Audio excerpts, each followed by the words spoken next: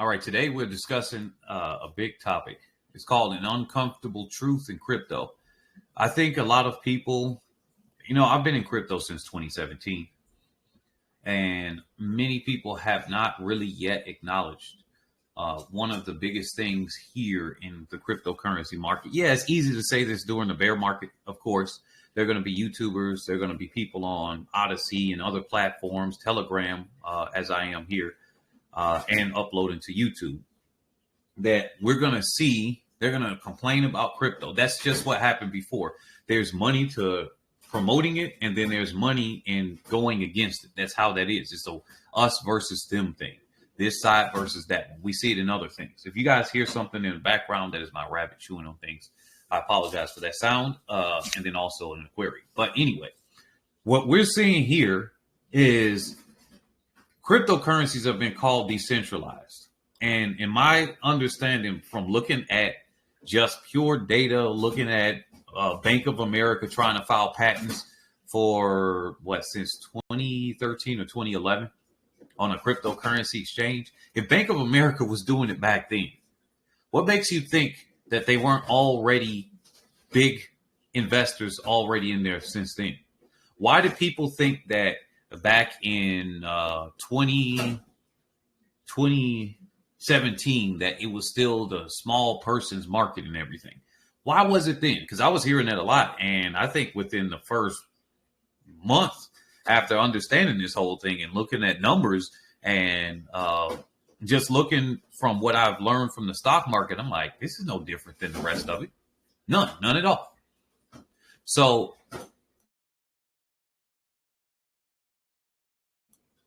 So when we look at things like that, we have to consider something here. We have to consider this. Why were there articles time and time again saying that, the small person is lifted up the market, the small man beats the big man? Why? Because, hey, that's a good way to market, just like control opposition in politics and everything. Control opposition anywhere. You get a couple of people that you don't know that sounds like one of you that are in your groups, and then they come in there and they speak and say they sound like one of you, and then they say, yeah, this is it. And then they're leading you down a funnel. Now, that means these people were there before, and then the market dropped. Remember when the Chicago Mercantile Exchange, the CME futures, they came out. We will have some props here in just a second as a background. We're going to go into the Gini coefficient. Now, this is just the beginning little monologue here. But look, if we're looking at this, and if the people with the money did not control this and the little guy was controlling it, why is it that on the day that the Chicago Mercantile Exchange was launched, that crypto market, specifically more Bitcoin than the rest of them, but all of them, they fell down in December? What was that, the 16th? Yeah, December 16th, 2017. How come the crypto market just plummeted at that point, right before 20,000, right on the day that the CME market opened up, and then you were allowed to trade long or short? BitMEX existed, right? And of course, there was big money still that would have had to occur in BitMEX. And then when we look at more and more, I'll bring this on another video, but when we look at more people that are in these organizations that track our transactions, they're saying, hey, the biggest wallets for Ethereum were back from 2017. It's not when Ethereum first started. The whale wallets that they said were the people that accumulated in that market in the 2017. Oh, wait a minute. No, I'm sorry. No, it was the wallets that accumulated in the 2020, right around that 2020 run up, not even 2017. And for the ones that were 2017, those were the new money that came in. Some may call them institutional investors. Some may call them whatever you want to call them. But those were big money people, not the average person that was walking around that could be working paycheck to paycheck. The thing is, if they were whales back in 2017 when they entered the market as a whale, then that's not a regular person. That same wallet has accumulated more since 2017. It's not when Ethereum first launched before 2017. It's not when even a year after it launched. It's even the people that entered the market in 2020. So you're telling me that people that were regular, average, everyday people that they always try to market were the people that said, hey, you know what? We can make it big. Of course, they're going to pump up the 1 or 2 or the few thousand or something like that, or the people that will make it, right? Because those are the headlines. What about the other 99%, 98%, or 90%, whatever that percentage goes? But the majority, the vast majority, what about them? What about where it doesn't look like it makes any sense that these big mainstream media companies will be running with these articles that the little guy is winning, but at the same time, they're pumping up more articles saying that the little guy isn't winning. See, they're taking both sides of the argument, okay? Oh, looks like I muted myself. They're taking both sides of the argument. They're saying the one side, yeah, the little guy, oh, we got to do something about it. And then they got the big guy right there, the institution saying, yeah, this is a Ponzi scheme, a scam. And then you look at it, it's like, well, what's the difference between this and the stock market? Right? Isn't the stock market buying something and then selling it at a higher price, hoping that somebody else buys something at a higher price? Isn't that what that is? Aren't the currencies that you use really just made up out of nothing but perception too?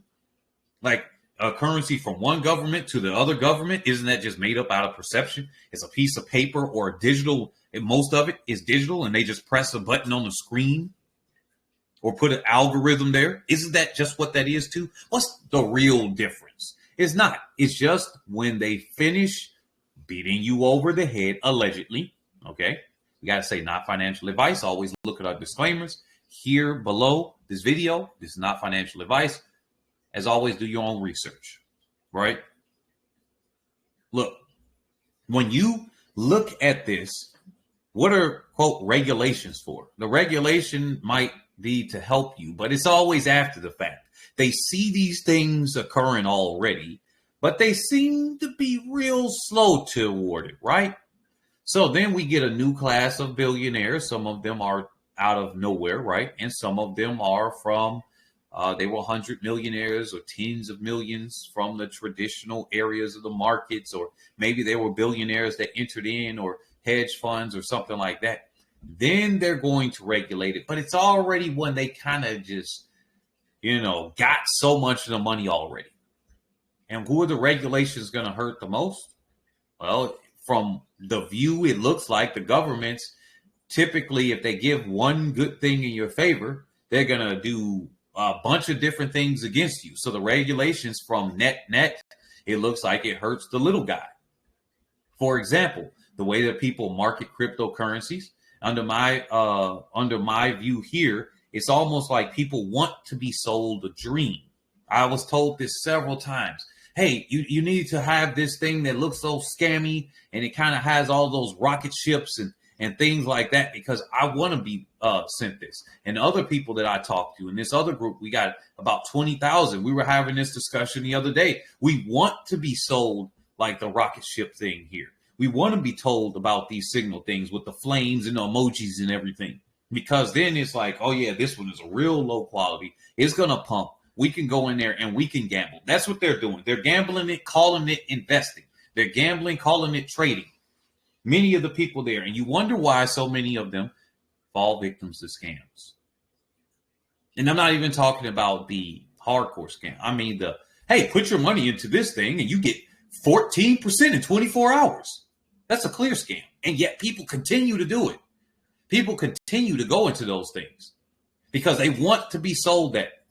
That's not what we do here. We don't try to sell people those. And that's why we're going to have a smaller group in general, but people want to be sold those things. How could you not see that? Well, some people don't have that ability to see it. No shame on them.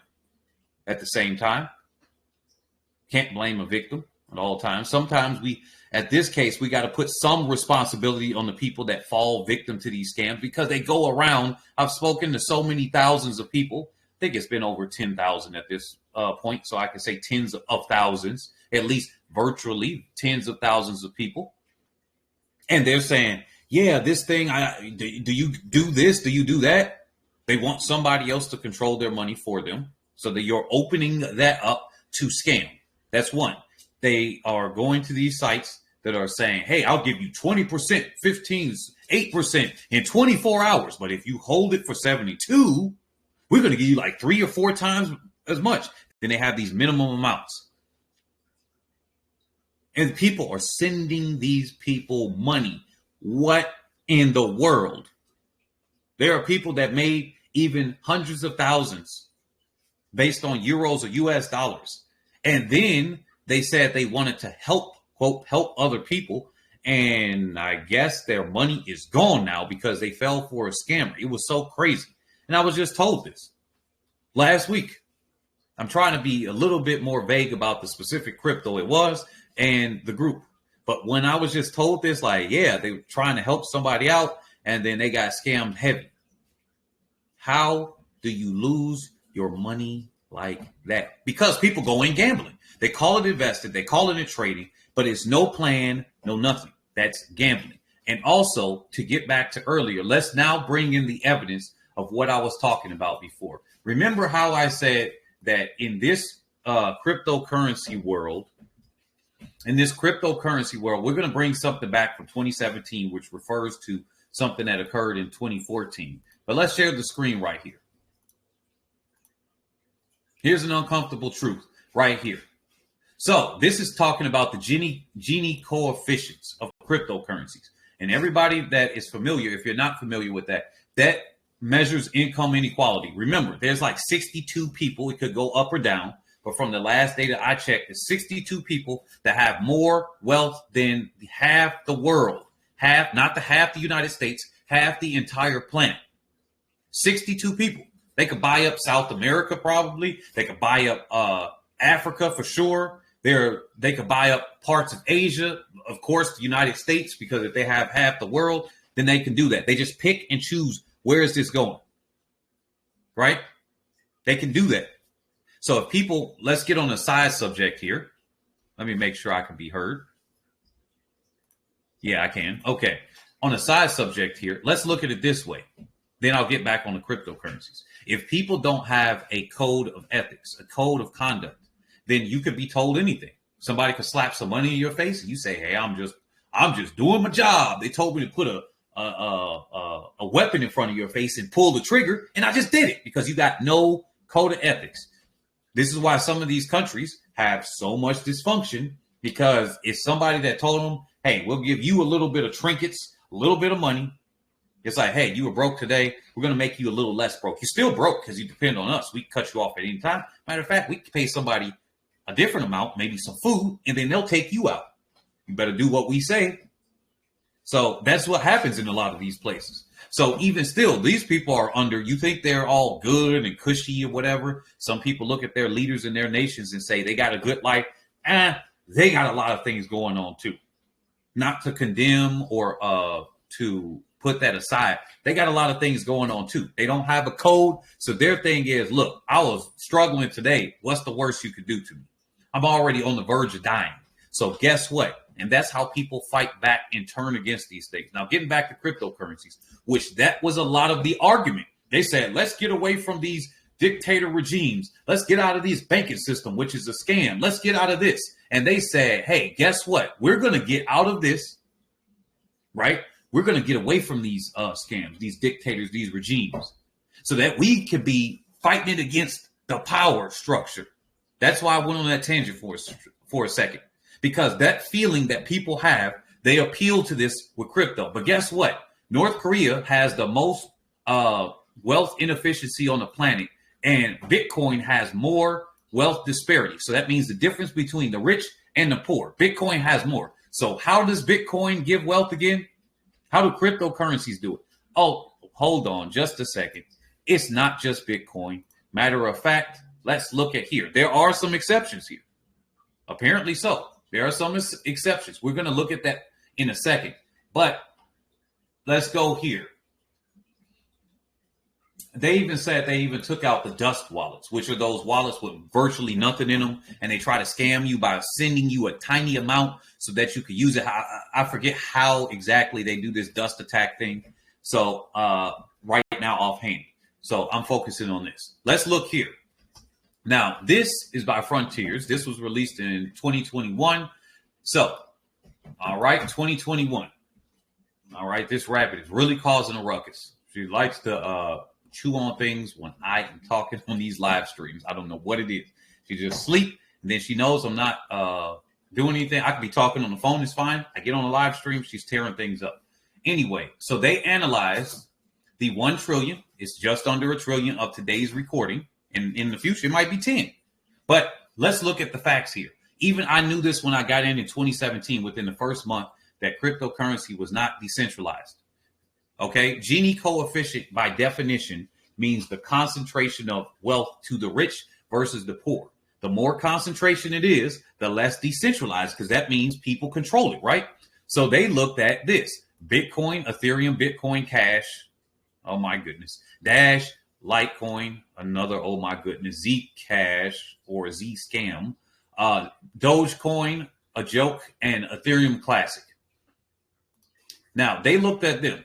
Now it said the Gini value and the Nakamoto index, which report on wealth inequality and 51% wealth concentration, respectively. So it says the Nakamoto index reported that 51% of the wealth concentration. This doesn't even make sense. The sentence doesn't even grammatically make sense. I'm going to say that because it says 51% of wealth concentration, respectively, it goes with this sentence right here. Less than 100 people control over 51% of the wealth, because the Nakamoto index, if I remember correctly, it reports that, you know, how cryptocurrencies work is that if you decentralize it, you can prevent your system from breaking down as long as not too many people control 51% of the network. It's called a 51% attack. So let's say one person controlled 51% of a cryptocurrency. It's happened in multiple cryptos before. If let's say you control, or let's say Bob controlled 51% of, let's say Ethereum, you know what they could do? They can change the code to say, I'm going to print myself 1 billion Ethereum right now out of thin air, because now they have control of the code. They got all of the voting rights, because controlling the crypto controls you the voting rights. So if you have 51%, then you got majority rule. No matter what, even if everybody else voted, which doesn't happen, but even if everybody else voted, you can say, I got control. Nobody can talk against me. It's like being a dictator. If 5 people did it, then that same thing. So less than 100 people, which have all the money, because by definition, think about it. If 100 people out of something that has, let's say Bitcoin, 21 million have 51% of the money, then that means those people have a lot, because Bitcoin right now is roughly, give or take, 1,000 or so, $20,000 rounded up. So if it's 20,000, less than 100 people, 21 million, or at this point is 18 million distributed, you can get the math right there. That means they collectively control over 9 million, be under 100 people, 100 wallets. How do we know that some of those wallets aren't the same person or company? Doesn't have to be the same. Remember, these are talking about wallets here. That means under 100 wallets, or we could use people, control 51% of the network, based on what they were saying on the average. Now, they did say there was an exception of Dash. So that's the one that claimed that it has the same 21, because it used to be called Bitcoin Private, I think, if I'm not mistaken. Or that could be Monero. No, Monero was called Monero. But Dash was a fork called Bitcoin Private at one point, because it was claiming to be private, but it's not, as they've already said. We're glad that we could do this and work with the government. Of course, they got to say that, because they have a person behind it that everybody knows. So the government will come in and say, hands up. He's going to be like, hands up, don't shoot. That's what he's going to do. Hands up, don't shoot. So they have to be able to, go into things the way they are. But to say that you're private, I don't know. So, but anyway, Dash seems to be the only exception here. So it says the wealth distribution remains in line with real world economies with the exception of Dash. They said we also report that 3 of the observed currencies, Dogecoin, Zcash, and Ethereum Classic, violate the honest majority assumption with less than 100 participants controlling over 51% of the wealth ecosystem, potentially indicating a security threat. Okay, so it's just Doge, Zcash, and Ethereum Classic, not including Bitcoin, Bitcoin Cash, Litecoin, or Dash, of course. So that means Dogecoin could be attacked very easily. Now, I remember I think they had one whale that had like 20 or 30% of all of it. It was just like one wallet, just had all of the money. Now, remember, it was way cheaper, way under a penny, so many zeros. And then it went up to almost $1. So just imagine. And then it doesn't have a ceiling. Then it's Zcash, which claimed to be private too, not really. And then Ethereum Classic. Now, here we go. Let's look down. Let's scroll down. Hopefully, I find out where that was. I had it up here. Where was this at? And then I'll get to something else. These are all the uncomfortable truths. So, matter of fact, here we go. Oh, here it is. It says many prominent cryptocurrencies are based on the fundamental design of Bitcoin by copying the source code of Bitcoin. So, where are we at? I did not go down this low. I did not go down this low, if I'm not mistaken. Nope. But anyway, so let's look at it this way. We've already seen here, without having to go all the way into the article, because I remember I did read this, but I didn't go down this low for where I had my note in, but I lost it. So I should have highlighted on the screen. But anyway, so out of these 8 cryptocurrencies, and remember, these smaller ones got to be potentially worse, right? Remember those with Shiba Inu, didn't they create like some billionaire out of 40,000? Sometimes they say 100,000 or something like that. It was like $4 billion or something, and then it just disappeared, quote unquote, disappeared, because they don't know who it is. Not that it disappeared as in it was gone. It was more like, who is this? I don't know if they don't know, but if they don't know, then dang. They just came off with a lot, but they started with like 40,000. If you go by some reports were 40,000, other ones were 400,000. Either way, going from that small, 400,000 is nothing next to 1 billion. Now, get it up to 4 billion. Oh my goodness. So that's nothing. So when somebody say, well, that's a lot of money.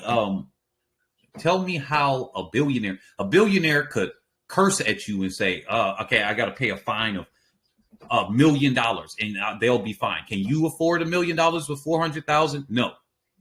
They could just be like, all right, that's $1 million. I didn't really want to pay it, but I'll keep it moving and figure out how I'm going to get my next million real quick. Now let's get to the other uncomfortable truth. The uncomfortable truth in crypto is, look, most people are not going to get out of this with their wealth intact, the dream that they have, the wealth. Quite frankly, it's not going to really help out Africa either. Now, this seems very odd coming from a place where we're giving education for cryptocurrencies, not financial advice, remember? And we have signals. You know, I'm the type of person that likes to speak it straight up honest. That's why we're going to have a small group, because people want to be sold the dream. That's what they want to do. Now, I had this thing called the 100 to $1 million in a year challenge. You know what that is? That's selling a dream. It's a challenge. It's something fun, but it's selling a dream. You know, people get more excited about that than they would by me talking about, hey, you know what? In the next even 2 years, they can't even wait 2 years, that you can take a small amount and get yourself retired. That's how impatient this is. 2 years, maybe even 5. What is 5 years? It's this. Did you know that if you went to college and you got a degree, you probably did it in 3, 4, or 5 years? That's how quick that is. If you went to secondary school or high school, in some nations is what it's called, that was 4 years. You know how quickly that went? And so many people don't have the patience to put in the actual work, but the one that sells you the dream that catches your attention. Now, that's how we work.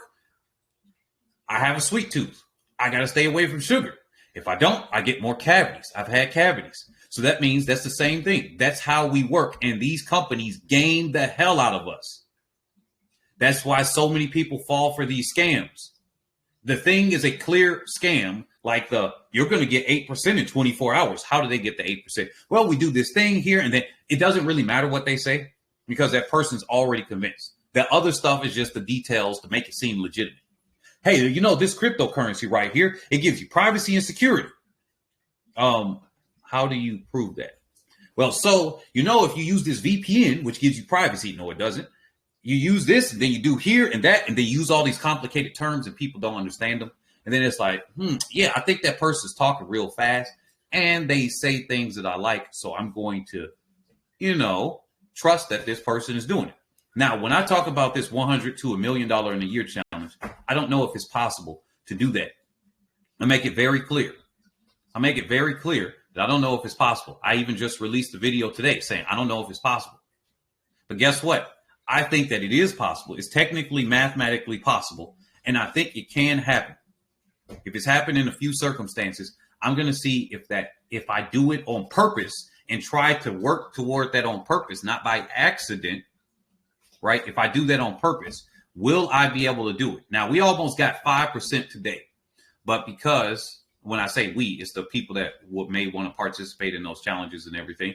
But I delayed taking out that one trade just because I don't want to get in the habit of day trading. We would have already did 2 days in one trade. That would have been 2 days in one trade because it was more than 5%. It would have been like 6, 7. Then you take out the fee. It still would have been over the 5.5%, whatever, 5.62%. That's what we would need to do for 2 days. But I decided to go against that. I already found a trade on day one, but I avoided it because I want to do the swing trades, not the day trades. And plus, that makes it a little bit more difficult. If I were to do it and somebody wanted to follow along, and of course, they take their own risk by doing that, the copy trading, then they wouldn't have enough time to respond to the signal. By the time they got to the signal, the trade is over. That's still what happened with the swing trade, but except there's a lot more time and a little bit of wiggle room for that person to get in, right? They would probably still have to get in within an hour or 2 or 4, but it wouldn't be like, all right, you got to get in now. Because when I see things happening, that's how it is. That's why I can scalp, because scalping is literally in the moment right there. And then it's like this thing could only last for a couple of seconds, few minutes or something like that. Sometimes it goes to 4 hours or so, but a lot of times it just lasts that short amount of time and then boom, I can already see it. I saw it happen. I put out a notification. People weren't responding fast enough. Say, you know what? I won't even take the trade myself. We would have started off on a good foot already. But because I couldn't get the other person on board to see, because I know that they wanted to participate in that, I say, you know what? We'll wait for that swing trade so that we can have a proper signal that says, here's the entry range. Here's where we're looking for and everything like that. And let's see if we can do this purposefully. But there's another uncomfortable truth here. Not just that, because that's human nature. See, as long as you're dealing with a responsible party, and that's kind of risky too, because clickbait is what runs YouTube, TikTok, and all of these other ones. You know why that does that? Just like dumbed down music gets more people to listen to it, quite frankly. There are other people that do fantastically well lyrically and subject matter, and they're clean and everything like that, but they don't have an audience and they're broke. There are some that do well and they're not broke, but a lot of the people that are broke are the people that do dumb down their lyrics. Some people just, their lyrics are dumb, but there are a lot of people that have not dumbed down their lyrics to reach a larger audience. And they're broke and struggling. So I look at it even myself and say, you know what? I've avoided using certain things like a clickbait title or anything like that for the simple fact that I don't want to go toward that. But, it does help bring attention. And as long as I had to think about it myself, as long as I'm still telling people the risks and everything, And they have to be aware. That's why we say the disclaimers. That's why we have a risk warning on our website as far as what happens when you're entering in saying, hey, we're going to take this education, these signals. As long as I make sure that I keep my conscience there, then I've done my job. Because if they clickbait onto somebody else that says, oh, my goodness, this thing is going to pump this much, and then they don't give them really the risk. They just say the standard, hey, do your own research, not financial advice. And they aren't giving them both sides of it. If they aren't giving them both sides, then that person is kind of doing them a little bit injustice, in my honest view. In my honest view, in the personal view, they're doing them a little bit injustice if they aren't at least telling them the risk factors that go into that.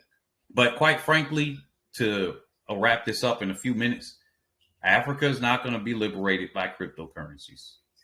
The world's not going to be liberated by cryptocurrencies. And quite frankly, there have been bigger hacks and more money taken in cryptocurrencies than some of the ones that it took, the last 50 or 100 years to add up to almost $1 billion stole if you talk about physical bank robberies. Now, if you include the most common before cryptocurrencies, but the most common way to rob people's money was to hack into a hospital, go into those emergency rooms. They have the people with the surgery or they're using their computers. People don't think about this. Now, see, this is how much research I've done. And I've looked into these topics. They'll say, hey, your machine's locked up. Pay us XYZ Monero. They use the crypto, unironically.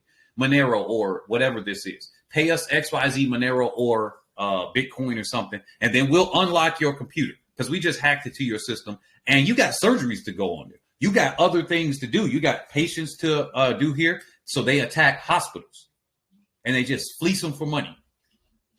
Now, if you combine all those hospitals, if you combine just looking at the one number, like, okay, Binance just lost $100 million US. You know, that puts it in the top 10 list of the biggest bank heists in history.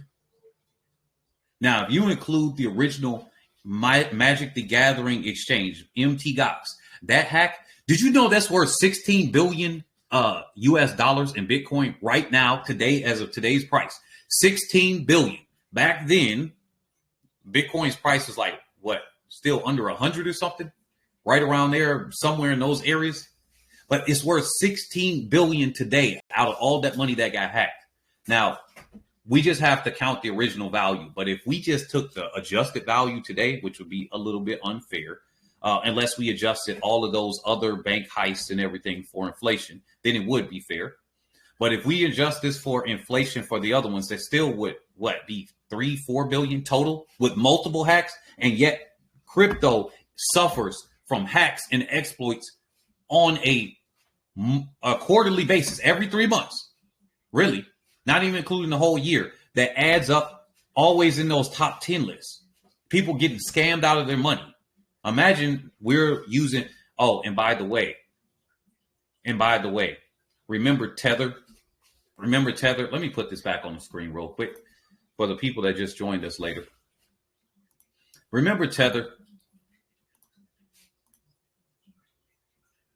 Now, this is the Gini coefficient. So for the people that just joined us, let's just summarize this. This measures the wealth inequality. I'll leave this to less than 30 seconds and then get back to Tether. Basically, the wealth distribution is the most unequal of any country. North Korea, for what has been shown, is the most unequal country on the planet. Now, I don't know if that's just propaganda or whatever. I'll take them at their word for it right now. So based on their metrics, they said the distribution between the rich and the poor, the haves and the have-nots, is the biggest in North Korea. And Bitcoin, just Bitcoin by itself, has more wealth inequality than North Korea. Now, all of these other ones like Dogecoin, Zcash, and Ethereum Classic, even worse, is less than 100 people that control 51%. That means they can hack that system and shut it down just like that. Then don't forget about Binance, Binance Coin, Solana. Remember, those are centralized cryptocurrencies. They could just pause the network, and Solana does it seemingly every other week, even though it's not really, but seemingly every other week. It's just like, all right, this network got to freeze up. There's too much going on. So getting back to this, Tether is a 60 to 80 billion US dollar, no pun intended, bubble. And it's not, in my opinion, this is my opinion from looking at this, it's not a if but a when that thing will tumble, and it's going to make some of these other ones. Remember, what was that? Terra Luna. Now it's called Luna Classic, Terra Luna Classic, and Terra Luna Classic. But Terra Luna, that was $40 billion of a crash. It's going to make Luna look like a little baby if and when that does crash. I've been telling people at the U.S. it's just moving up and it's escalating. First it was what was it? Even I knew back in 2017, I was getting into crypto. It was like, hey, I don't think that it was people saying, hey, they don't think that Tether is back 1-to-1 with crypto or US dollars, because it seems like every time new Tether is made, Bitcoin's price just kept pumping. So what it winded up doing was creating this self-fulfilling prophecy bubble. Now, how did I, as a regular person that doesn't work for the Bitfinex, which is the owner of Tether or anything, how did I find it out? Well, it's so many people. Let's say I had 100 employees. If I have 2 employees, then I can guess who did something. Just like we had some people the other day joined, then we got reported or something like that, and our page got taken down. I just had to use process of elimination. It kind of is very simple. That's the only thing that logically makes sense. Plus, we had at least 2 people that joined us. So it would, in my estimate, be between 4 different individuals, right? That's a very easy thing. But then I had to open it up and say, well, we got about 70 people, and it might not have been any of those 4 individuals, but it could be any of 70. Or maybe it was someone that was pocket watching from the outside. Then that opens it up even more. But let's just pretend that we had employees. If I had 2 employees, I can kind of use process of elimination and cross-examination to guess who would have leaked some information. I go to 4, still easy. Go to 100, it's a little bit difficult. So on and so forth. That's what happens. People just eventually, they say, hey, I promise I'll never tell anybody. Man, how many times have you told somebody that, or somebody told you that you were supposedly in love with, in a relationship too, of all else, and then that person, you find out they tell their girlfriend. They're babbling out and they told one of their best girlfriends. If they couldn't keep a secret, something dear to you like that, what you think an employee that's not even in a relationship with somebody, they just signed a contract and they're there for money, is going to do? Right?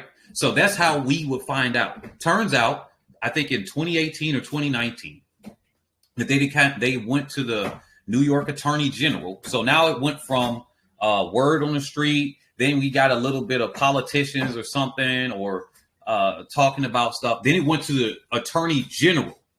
Okay, now that's escalating up the ladder. The next one is a Supreme Court of a state. Then the next one is basically the federal politicians in the U.S. or the Supreme Court in the U.S. Because I would say SEC is somewhere in between that. SEC, CFTC, and all of those or other organizations. But it's escalating slowly but surely. And remember, at the beginning of this video, I mentioned that the people are going to get their money. These big guys are going to get their money. Then they're going to do the regulation thing. And guess who's going to get hurt the most? The little people. That's how it typically happens most of the time.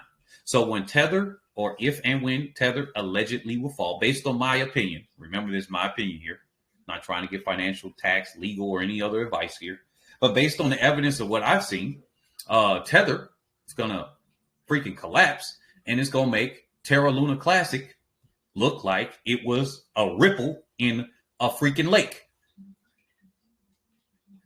It's going to make it look like it was a ripple in a lake, which is why, and another reason why I think even other people recognize this. Remember, Binance is slowly but surely delisting Tether from futures on their futures platform and other trading pairs. They're slowly but surely trying to get people over into that, right? Other platforms are now listing USDC, all right? USDC, which has been audited by, I think, the U.S. government or something. I don't know. They said it was audited but it's in the US. It's based in the US. Circle. So it's USDC. They're like, hey, look, we got control over our network and stuff. We got one-to-one. You can open our bank account. Oh, but the thing with Tether too is that they had to be forced because they went to court and they said, well, because on their website for the longest, they say it's one-to-one backed. But when they came out in court, they said, we're not one-to-one backed anymore. All right. They're not one-to-one backed anymore. They're only, 80% backed. And then they got some Bitcoin, some Ethereum. It's like, wait a minute, how could you make a US dollar pair? But then you got a Bitcoin, which means when the price goes up, the value of the net worth of your value goes up for Tether, which means you have more to give out. And then you give it to people and then you can buy more of this asset. And then it pumps it up even more. And then you get more that you have value. And then you make more Tether. And then it goes up. See, it's kind of almost like a central bank. It's almost like a central bank because if Tether is partially or fully backed by crypto, whether it's Bitcoin, Ethereum, and other stuff, when those cryptos go up, they have more Tether now. It doesn't mean US dollars. And then they could go buy up more. Then the price goes up. They have more in their net worth because remember, the market cap goes up a little bit, even if it's only 20%. It doesn't go up by the larger amounts that they would have liked before. At some point, it's diminishing return. But that's probably what we saw in 2017. That is my answer. That is my opinion. That happened in 2017. The reason why I went from 1,000 to 20,000 was because of that. And then once it gets higher and higher prices, it's harder and harder to push it up.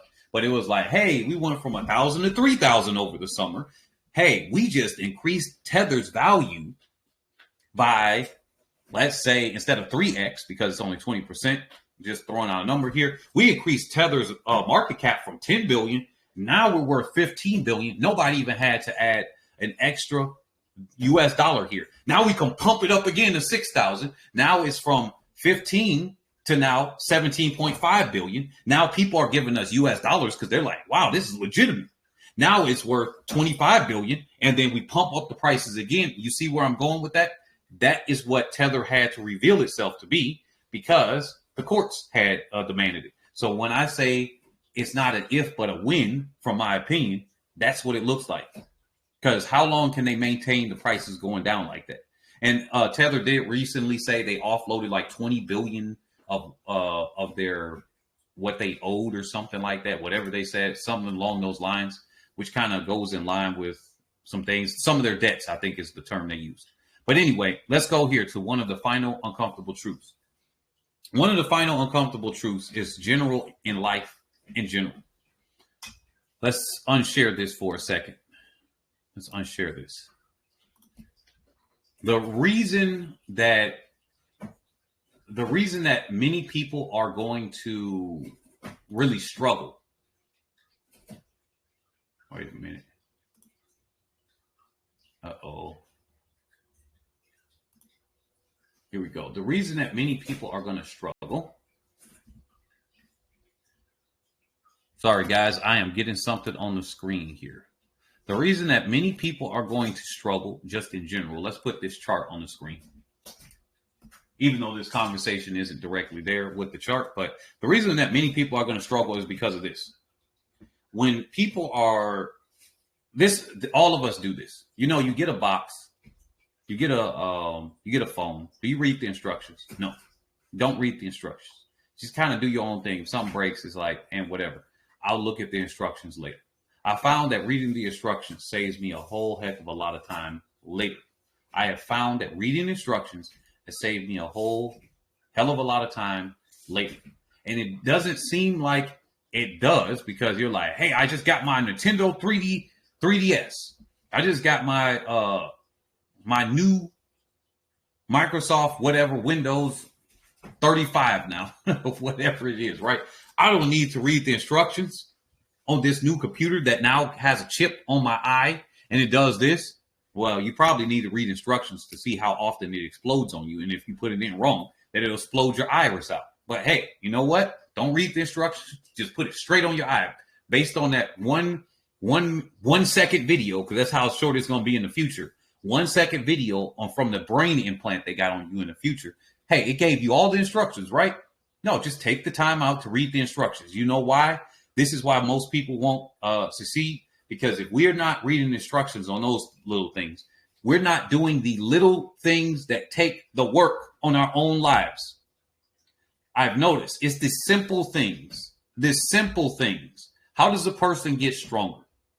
Basic thing is maybe you do some push-ups, you do some crunches, you do some running. Those are different ways of strengthening yourself. Then you get a different level of strength when you start to specialize and do research. Okay, now if I lifted this coconut in one hand and just did it like a dumbbell, let's just go back before weights. If I do like this and just crunch it toward my face a bunch of times, I notice that the extra weight from this coconut makes my arms even stronger. So because when I punch that wall or that tree, I put a dent in it after I did it for 6 months. And then they say, okay, if I take a rock and then I run with the rock with me, I'll get there. Those are little things that we have to do on a daily basis or a near daily basis, right? It's little things. That's the separation between somebody that's going to be highly successful. Let's just talk about average people, not these outliers that are super, super successful, not the 62 that have more wealth than the rest of the half of the planet. Not those people. We're talking about the average other person that you, I, and everybody else will be communicating with on a regular basis. The reason why most people aren't going to, from my view, succeed within crypto, succeed within life in general, as far as some of their goals, is because we aren't doing the little things. Yes, the other powers that be are manipulating and controlling things. But guess what? How did we get to this spot in general? For real. Let's just ask ourselves, how did we get to a spot here? Because it wasn't always like this now, was it? Was it always 62 people having control of half the planet's wealth? I don't think so. At some point, it went from a few people controlling a lot, then it broke away because we go through in cycles. And then it went to a few people that control still a lot, but less than what they did before. Maybe 10 or 20% less than what they had. And then people are like, yeah, this is good. Then it went to people controlling and abusing other people, and that still continues today. How do we get to this spot? It's the little things that we don't want to do on a regular basis that allow us to stay in the spot that we're at. That is my conclusion. Sometimes it's the small, simple things. If somebody says, and I say this with the other group that I have, I say, hey, this is how you can improve. And I'll end off with this. If anybody wants to add in anything, you guys can if you're here live. I'm going to end this off in the next 10 minutes before the 30 of this hour, by the way. So I say, hey, there's people are talking to me. Some people pay me. I say, look, you need to do X, Y, and Z. For example, let's say I was talking to a graphic designer.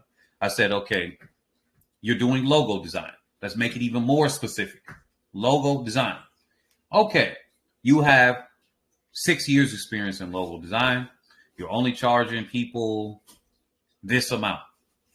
Let's just say, for the example, because of the people in the room, I don't want to always use US dollars example. So for this one, we're going to say that somebody charges 5K in Naira. They say they're charging 5K for a logo. And I'm saying, okay, you're just only doing 5K. How many people are you getting to do logos and everything for? I mean, there's not an unlimited amount of people, but okay, cool. You've been doing it for 6 years. That means you got to get a high volume of people. Well, sometimes if they need additions or a rush or something, I'll charge them 12K. Okay. How often do you do that? Well, I do that about 50% of the time. So really your price is somewhere around 7.5 to 12K. So we're going to be nice and say you charge them 12K. Let's see what we're going to do here. What are you charging them on? And then they'll say X, Y, Z. And I say, no, you're not charging them based on you. Remember, you're by yourself. You're working by yourself, right? They say yes. Okay. You know, you're the HR person. You're also the CEO of your own operation. You're the marketing person. You're the sales person. Those are all different jobs. If you were to start a company and have to hire people, you're hiring a person there. So you're not one person. You're right there, just 5, because the graphic designer is the other one. That's 5. Then you got bills to pay for your electricity. You also have all the knowledge that you did and experience that you did before, because that costs money, right?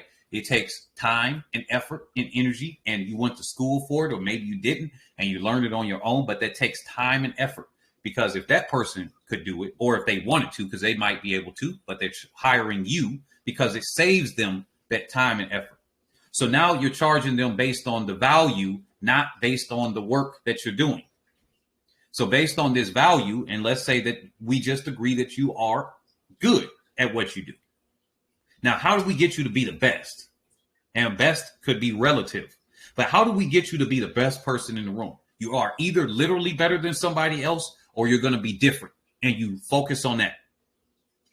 So I would tell the graphic designer, okay, so you're charging $12K. All right, next person, you gotta go at least. Let me see. It depends on the company, because some companies have bigger budgets. You need to find out what their budget is. Let's say that somebody like an MTN wanted to hire you. Well, you know how much they make all the time. They're making billions of naira a year. Okay, what if they had a budget of 10 million for their marketing and advertising? So that means you're going to look at their budget and say, okay, 10% of that is 1 million. You're going to get somewhere in that 1 million range. That's what you're doing based on all of these other metrics here. And then you're going to present to them and say, I don't know, 300K, 500K, somewhere in that range. You're not going to come to them and say 12K. They'll laugh you out the room. Matter of fact, they wouldn't trust you. They'll just laugh you out of the room. So the person that I spoke to, now let's just say I talked to them, and I'm getting to the point here. Well, then I tell them that, and then I say, oh, matter of fact, when you do work with people, send them a thank you card, do all of these things and whatnot, right? Send them a thank you card. Let's say that they have a physical business now, not just digital. Hey, send them this, send them a rose, send them that. You know what the person would do? This is what I found in most cases. In most cases, these people are not really where they're at, because I've talked to people over the last damn near 1 decade, and some of them before that, nearly 10 years for some of these people that are calling me back. Hey, did you do what I said to do? No. All right, we're done talking. We're done talking. There's nothing else to talk about. You get yourself and you do what I just said, or else it's not going to work. Hey, go and do these, call these companies for this job and do that. You know how many people have not done what I said to do? And my job was to get people a job for what, 5 years? I had to do it for 5 years. From CEOs to people that worked at NASA. Some of them worked for were applying to the CIA and things like that. My job was to get them jobs. I discovered so many jobs I had never thought of, including someone that said they loved, their passion was to just serve people. Guess what they were? I will use the term that you guys would be familiar with. They were a butler for very rich people. They said their passion was to just dream, and they got so excited. I was like, okay, this sounded a little bit. I even told them, I started laughing at them. I'm like, this sounds a little bit different. But they were like, yeah, I just want to serve. I just dream and have that. And I'm like, okay. And guess what? We got them a job. But these people are like, hey, this guy got experience. He knows what he's talking about. And I don't think I want to read the instructions or follow them. So I'm going to do it my way. It's too hard to do the thing that was right there. It's too hard to make the plan. It's too hard to save 10% at the very least. It's too hard to do that because it's so easy. It's hard. I want to make my life harder so I can complain about it, so that I'm over here struggling. So I got something exciting because it's too boring to do the thing that I should be doing. And that's why most people will not get where they want to get in crypto. There's clear, valid instructions that I've seen across the industry, and they will not follow them. They make life harder on themselves for what reason? No clue. It makes life spicy. And in all honesty, I like a spicy life. I can't have that around me all the time now. And like I said, all of us do this in different areas. Some do it more than others, and that's, you can see it in their life. And some do it less than others, and you can see it in their life. There might be somebody that don't follow instructions and nothing else but money, how to get money, and then their life is very good with money, and they're not good with relationships. They're not good with just anything else. They might not be good. Then there are people, which this encompasses many people, they might be good in other areas, and really it's just they're not good virtually anywhere except for like one spot. Again, one spot. Then there are people that are overall pretty good. Money, relationship, this. They're not particularly stand out in one thing, but they're just good overall. And it's a bell curve. If we ran a simulation based on our parameters of humanity, we probably would end up in a very similar situation that we got today. If you ran the simulation enough times, we would wind up with wealth inequality. Yeah, we would. There are video games that have this same system, same thing. Even the companies. What is that? EVE Online. You guys could do a search. They got a tax havens and everything. They got a stock exchange that they created for the characters created themselves. They gave them free range to do different things, and it went to wealth inequality again. There are other areas where it's like, hey, everybody's starting off with the same thing. Not even like you got to pay to do anything. And guess what? Wealth inequality again. Certain people do different things and other people don't. And so I'll end off on there. This is why, for the most part, I, under my viewpoint, most people are not going to be liberated, if you want to put it that way, from cryptocurrencies. And I looked at it in 2017 and I said, the people that can benefit from this the most, they are not going to buy cryptocurrencies, or they're going to gamble their money on risky things. And no matter what I tell them, because I would tell some of my friends, not financial advice for the rest of you, I can only make my education right here. But no matter what I told those people, they just be like, yeah, I want this thing right here. And I'm like, yeah, that doesn't sound like a good idea. You know, I'm doing okay for myself. You sure you don't want to do that? It's not fast enough. Give me the cocaine right now. It's like, oh, okay. That's literally how it goes. My life is struggling now. I need the money now. And I understand that. And I understand. We ain't going to get certain areas if we need the quote money now, unless you do the I need the money now and make good decisions. And this thing ain't a good decision. How about you look at yourself, look at the people around you that have a similar mindset and see, do the vast majority of the people that do this particular action do anything? Because there are great singers out there. There are hard workers. There are a whole bunch of them, but they don't have a lot. What are they missing out? What's the difference between the people that do have that? And some of it's luck. Some of it's luck. Quite frankly, some of it's luck. You didn't ask to be born with your skin color. That's the, quote, luck of the draw that you have. You didn't get asked to be born your gender or your genetics, whether you're a little bit more sleepy or not, or smarter than somebody else or not, or more articulate than somebody else or not. But guess what? There are certain things that you can still try to make up for. We all got weaknesses. For all you know, I'm one of the ugliest people on the planet. And many of you don't know what my face looks like. Some of you guys do, but many of you don't. And I have no problem with getting ladies to come to work.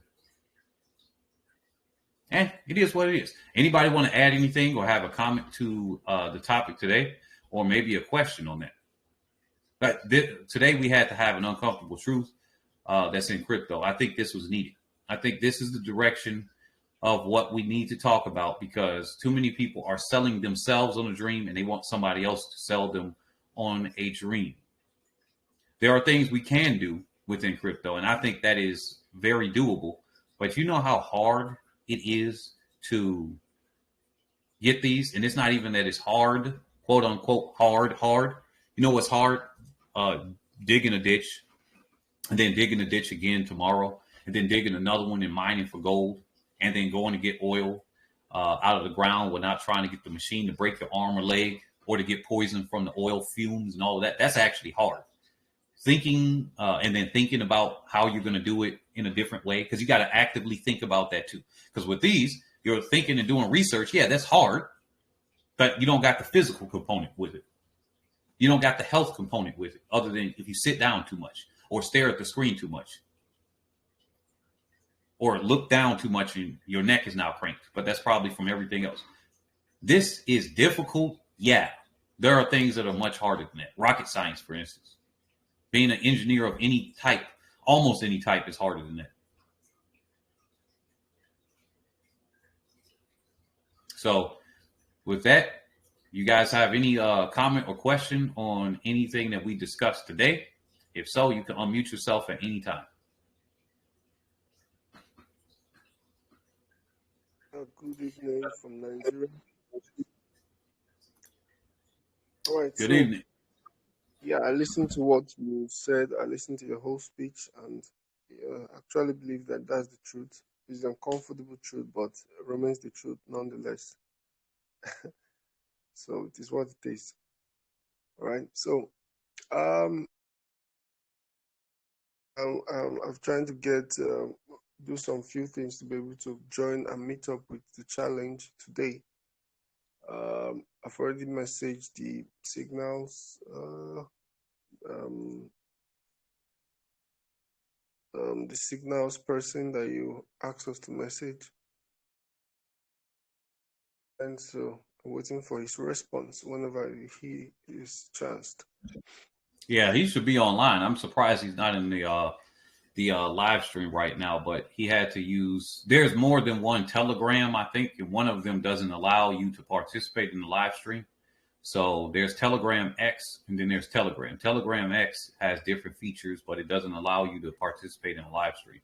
I think he's online. Matter of fact, now he's been online the whole time, but he can't do that. But I'll send him a message to reply to you and whatnot, because after the other thing, he's got taken offline and all of that. I think he's a little bit slow to respond to some things, but he's definitely online. I'm looking right now. So I just sent him a message. We'll see if he responds to you. All right.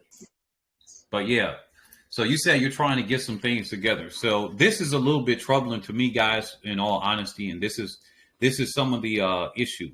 Now, I can't give you financial advice, but I'm not sure if that would be the best idea if you have to get things together, as you put it, to be able to participate in things. Because the $100 to $1 million in a year challenge is because I have a spare $100. Just like I said before in the other video, if $1 or $10 is spare money, we might want to start there. I think probably 10 is probably the minimum that can occur here, because one, I don't think the exchanges allow you to use, depending on the currency, I don't think they allow you to use anything below that. So, but it gets, if you have to put the money together. Okay, this rabbit is now chewing on something she shouldn't. Hold on a second.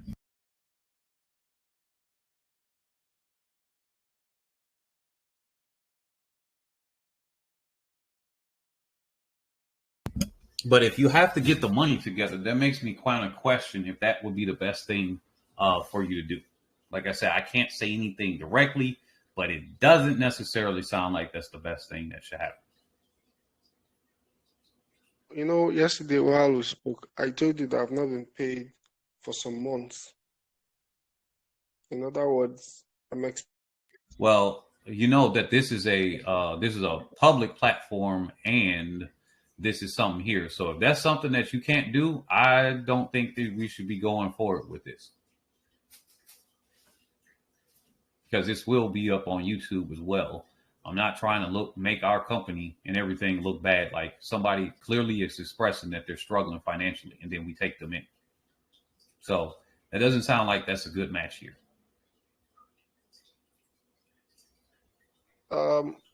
Okay.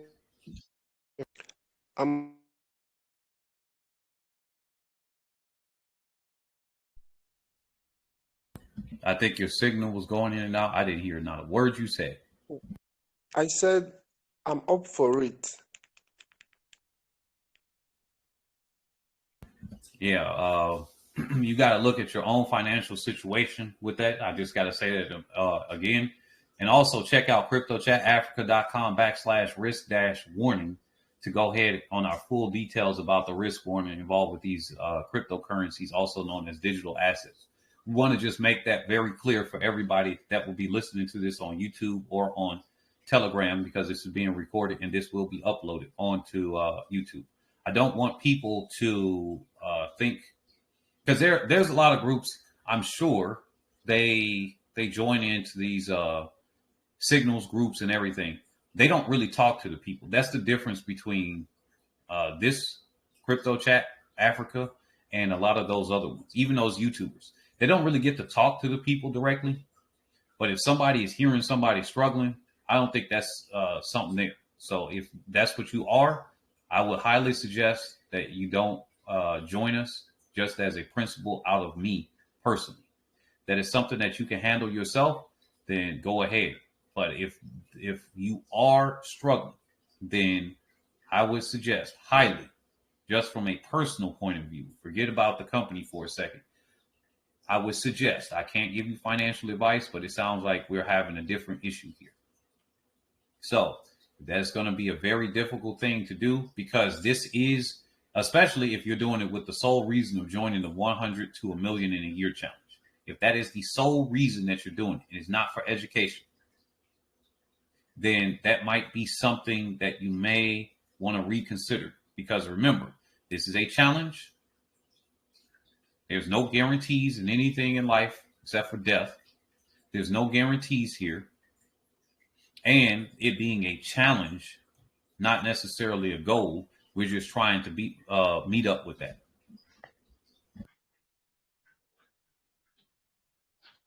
All right. Howdy. I bet you, or I can bet you, that most people that see that 100 to 1 million USDT as a challenge don't actually consider the educational aspect.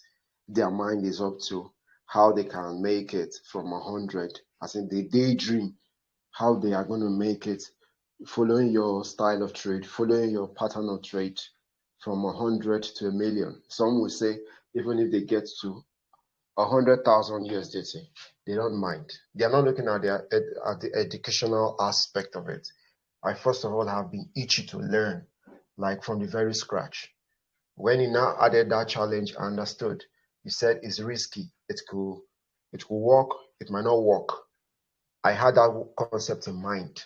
So some other persons, I don't think they actually understand it, that it's a challenge. They just take it to be that you're a magician.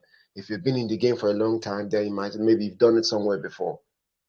So I think that concept really has to be adjusted, or that concept has to be corrected in the group. Some person that must have seen that announcement that it's a challenge from 100 USDT to a million USDT. They should understand that it's a challenge. It could go either way. It could go up, it could go down. So I think you really need to re-announce what the challenge is all about. You could lose 100 USDT and it doesn't mean anything to you. There's only so much I can do. Like I said, if you tell somebody and you tell them again, that's why I just said it just like that. Now, if he decides, or anybody else decides that are listening to this, not to go on you, Tope, if somebody else decides they want to go into this, that's their own accord. But I wanted to make it very clear, as from a company standpoint, I can't just hear what somebody just said and leave that there. That looks like my credibility is low.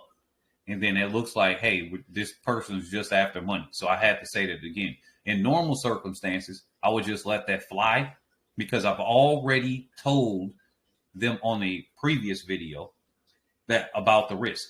It's only so many times you could tell somebody a risk. Just like getting on a roller coaster or driving a car is a lot more risky than riding an airplane. And yet we still do it. So if a person is aware of the risk, they smoke. People that smoke, they have literal warnings about that, and they still smoke. People get obese, and they got literal warnings about it. So It doesn't matter how many times you warn somebody if they're going to want to do it.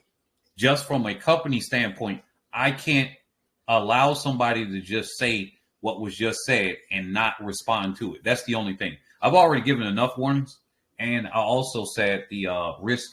I even told where to find the risk warning about cryptocurrencies in general. So I've done my job. Now it's up to the other people that are going to listen to this on YouTube or anywhere else if they do that. But definitely, you brought up a good point. The education. That's what we're about here at Crypto Chat Africa. The education point, which is why I made that point earlier. Whether it's 2 years, 5 years, 10 years, and you can get yourself to a greater aspect. And remember, even with cryptocurrencies and all the education there are going to be some people that aren't going to make money. There are going to be some people that do make money. I can't predict who is and who isn't. And how do we know that crypto won't go through such a bear market that we last another 18 or 20 years, like the NASDAQ, where it took so long for many of those companies on the NASDAQ to recover themselves? What was it, like a decade or two for some of those companies? So it could last that long for some cryptocurrencies, and it might take that long. What is a person doing in their regular life? That's why we have that other group. That's why we have the other group that talks about the regular life. Here, we try to focus on crypto more. But I just had to respond to that one. This is nothing against anybody here or anybody that will be listening to it. But you did make a good point. This is about education. What we give here, we got some signals, of course, that is an add-on to that. We're trying to give you the most value for the best, for actually just a lower price. We're going to see if it does, if there's a mutual benefit, obviously, to us that are selling the education and to you that are absorbing the education. If it doesn't seem like it, then we are going to cut the program. It doesn't matter to me. We'll cut the program and say, scrap it. We'll come up with something else, or we just have to just end that altogether and just do something else. I'm not just trying to take people's money, because if it was about that, I would have done something 4 years ago. Thank you so much. Like I said, I get what your point is, and like Johnson also said, I get what you're trying to say. Like I mentioned yesterday, I've been in crypto for over 6 years, so I understand the volatility. And like also Johnson mentioned, I want to learn. It's not just about mastery. Shows you could do something over and over again. There's no 100% guarantee. Just like he also said, it could go south. It could go. I'm quite aware, fully aware. No one is coercing me. I'm making.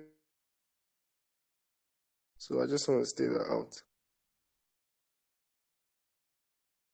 Yeah, that's good. As long as you are aware of the things that are there and analyze your own financial situation and things like that. But speaking more broadly now, before I go, unless you guys have other comments, like I say, you can come in at any time.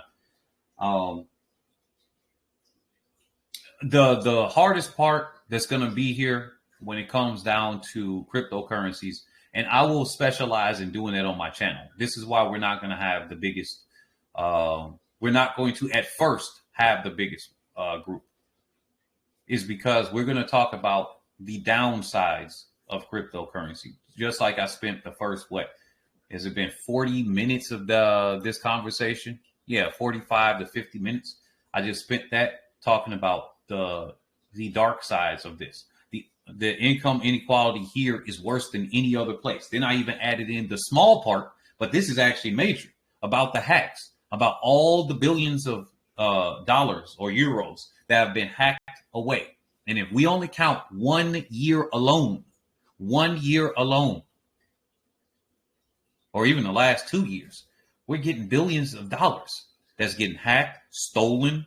Even the U.S. government was off their, they tracked how much gets hacked or whatever and stolen or scammed. There we go. I think it is scammed. They tracked how much was scammed, and their number, I think, was about 60% lower than the actual amount that was tracked directly by the people in crypto. So they don't even have an efficient system yet to even track how much was scammed.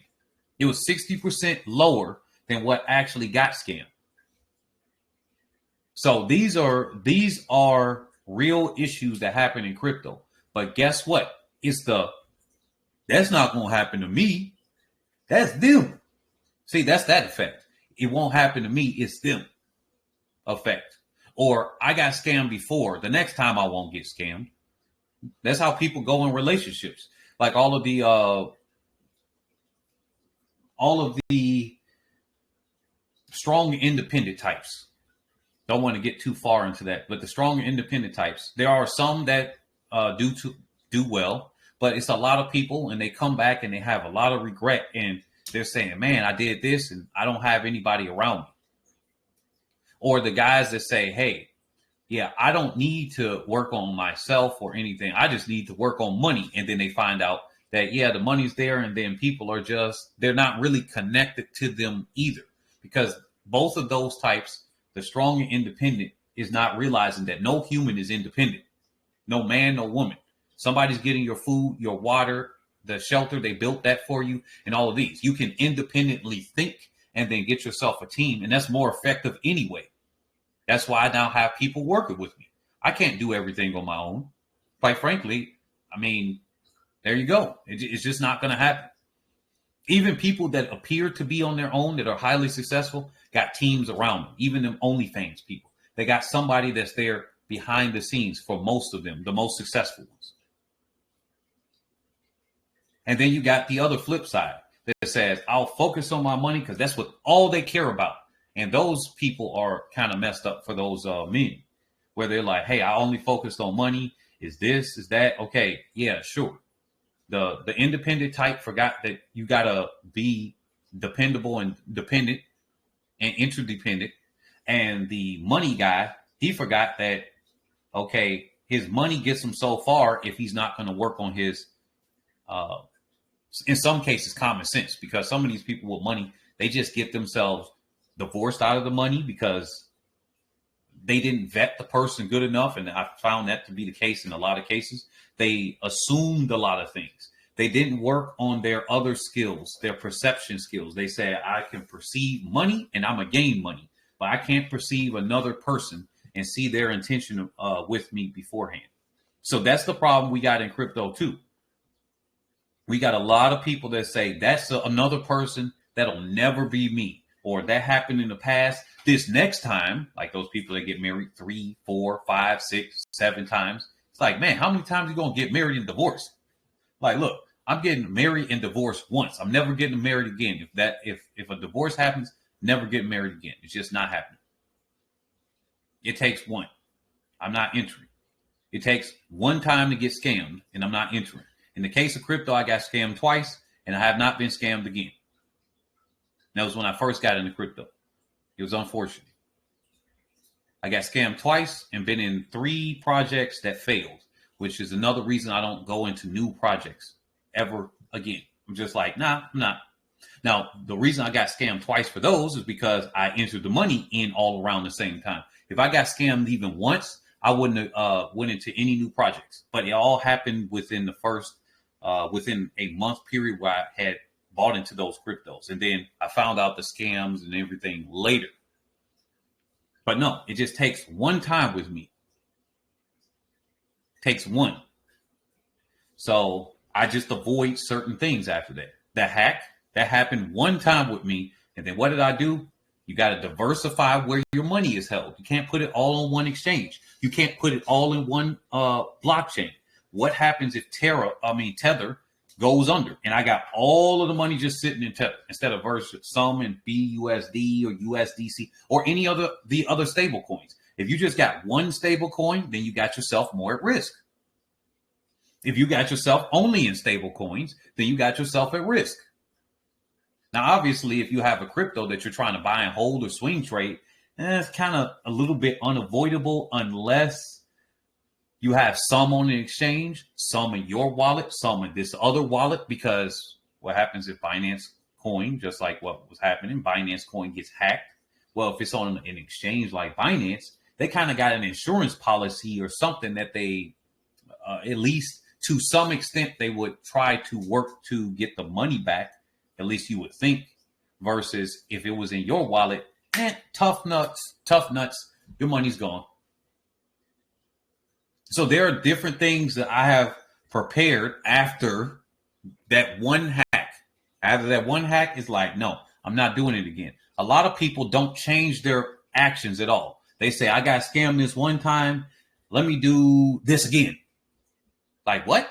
You're going into a new project again after you got scammed out of one? I'm not doing a single new project. No. I like this person. Unless I know them, I'm not going into a new project, not whatsoever. And apparently, you know what? I have one exception, going into these NFTs because they were mine. But now I know after 3 or 4 failed ones, and the last one is arguably failed, but not failed. But yeah, it's failed because we closed the contract on it. So that one's temporarily failed because that was just a pre-sale thing. And it wasn't the full out launch yet. So depending on how you want to look at it, it could be 3, but I'll count that as 4 for now. So there you go. I'm not going to go into the NFTs like I used to. So guys, thank y'all for coming out though. If y'all got any final words before we go, it could be on any topic here. But yeah, today's been some truth bombs that people haven't looked at. And I bet many people, when they see this video, maybe it's only 1 or 2 people that will see it for now, but I'll do this video again in the future or just repost it once the YouTube channel gets bigger. But I bet people didn't even know that the income inequality in Bitcoin was bigger than any of the income inequality on this entire planet, on all these nations. I bet people did not really realize that. Okay, so I don't think that people were doing that at all. So the income inequality is bigger. So how does this help Africa? That's the question I got next. How does this help Africa if the income inequality is bigger than any of the nations on the planet? Wouldn't that just mean that if you're in the poorest continent by fiat currency, richest continent by resources and potential money, but by actual money or fiat currencies, it's the poorest. So wouldn't that just mean it won't work for virtually anybody? That's another reason why I had decided to say, you know what, these prices are going to go. I changed my pricing scale because I said, you know what, looking at that, it has to be a lower risk factor here. But guess what? I know what happens. Most people are not going to go toward those opportunities or anything. That I already know that. There's going to be more people that will come with at least the way I talk. If I talk the blowing sunshine up people's asses, then I will have more people. But the way I talk, more people with higher amounts of money will be drawn toward that because they have a certain mindset already, which is like, this makes sense. I'm going to go here. The people with less money, it's like, wow, this is amazing. I need to go here. This guy, that's kind of hard. I don't really like that. It's too negative. And they don't go toward it. I'm marketing essentially against myself, but I don't mind. It's not like I, quote, need the money. From a business standpoint, yeah, but from a personal one, no. But anyway, do you guys have any final words? If not, then we're out. Oh, and he's online right now. He just responded to me. So I think he's going to get to you in a second. Probably going to say, hey, X, Y, and Z. And then for those in the Discord, I will be doing that. I'm about to take about 30 minutes and walk away from the screen. I barely got any sleep yesterday. You guys don't know how hard it was to sign up for Instagram and Twitter. They were like, yeah, you can't create an account. This account is locked. This thing is that. And I'm like, wow. And I think it was because of the word crypto. Apparently, Crypto Chat Africa cannot be registered directly on either Instagram or Twitter. I could not just have @Crypto Chat Africa. For Twitter, it was because it's too many characters. It's over 15. It's 16 characters. And for Instagram, it's quite literally because it won't allow. There is no page called Crypto Chat Africa, to my knowledge. It just says you can't register as that @ symbol, because I would have liked to register Crypto Chat Africa because it makes sense, right? Like anybody would. But there is no way for me to do it directly there. And it took me 2.5 hours just to sign up for Twitter. I was determined. I said, I'm not going to sleep until then. My neck hurts, my eyes hurt, my head hurts. And I was getting very, very angry. I almost punched my screen. I'm just like, huh? So I didn't want to complain in the Telegram group. That's just something, people deal with behind the scenes. But as many times as I had signed up for one of them and they said the account is locked or banned or something like that, just instantly, nothing done. And I'm like, okay, maybe it's the email. Then I had to change the browser. And I'm like, what in the browser is blocking me from doing this? All I had to do was do this. And then I changed the other browser. It didn't work on that one either. And then I finally was like, okay, I had to change a phone, then another one. I had to use my one of my other phones. I went through multiple phones because I got more than 2. And it finally worked on one of the phones. And then I tried to log on onto the phone that I only want social media on. Then it locked the account. Then I had to unlock it, just all types of stuff. But I stayed up a lot. So, guys, I'll be getting to the Discord. I got another video coming for you guys. It's going to explain some of the chart patterns that we look at, some of the quick tips that we have, and one other thing. So we got either 1 or 3 videos that come out today. If it's not today, then by Friday, there's going to be at least 10 videos in there. So be patient, guys. We're going to have that all in there. And then from those videos, because obviously, Johnson, you had suggested it too, there's different ways to learn. We have a deaf person in one of our other Discords. So for that, I have a lot of stuff in writing. So I'm already used to having that. So the video will come first and then the writing will come afterward. Or sometimes the writing will come first and the video comes. But most of the time it's going to be video first and then a written version of that comes after. So don't just be like, okay, it's only a video. No, it's going to be both. It's just sometimes one week I'll do the video and then that following week I try to catch up on the writing. Or I'll do 2 or 3 weeks of video and then I just dedicate one whole week and it's nothing but just writing everything. So that's how we're going to do that. So I'll catch you guys on another one. You guys didn't unmute yourselves, so I'm assuming you guys didn't have anything to say. I didn't know if you were waiting for me to finish, but I kept talking because you guys weren't, doing anything. Thank you so much for your time. It's been a great time learning. Yeah, no problem. No problem. I'm going to try to be more regular on these videos, whether it's going to be YouTube, just me recording off the computer, recording here on Telegram, or going on other platforms. I might go on Odyssey. That's a crypto-based one, but it's not about the cryptocurrency. It's just, freedom of speech type of thing, and they allow more stuff. So I'm going to try to back myself up before, if a ban happens or they do a false copyright strike or whatever that happens on YouTube again, then I'll be more prepared for that this time because I'm going to, I guess, decentralize myself on all of these centralized exchanges or platforms. So I'll catch you guys on the next one. Peace out. Y'all enjoy the rest of your evening. It's evening for everybody. So everybody enjoy your evening.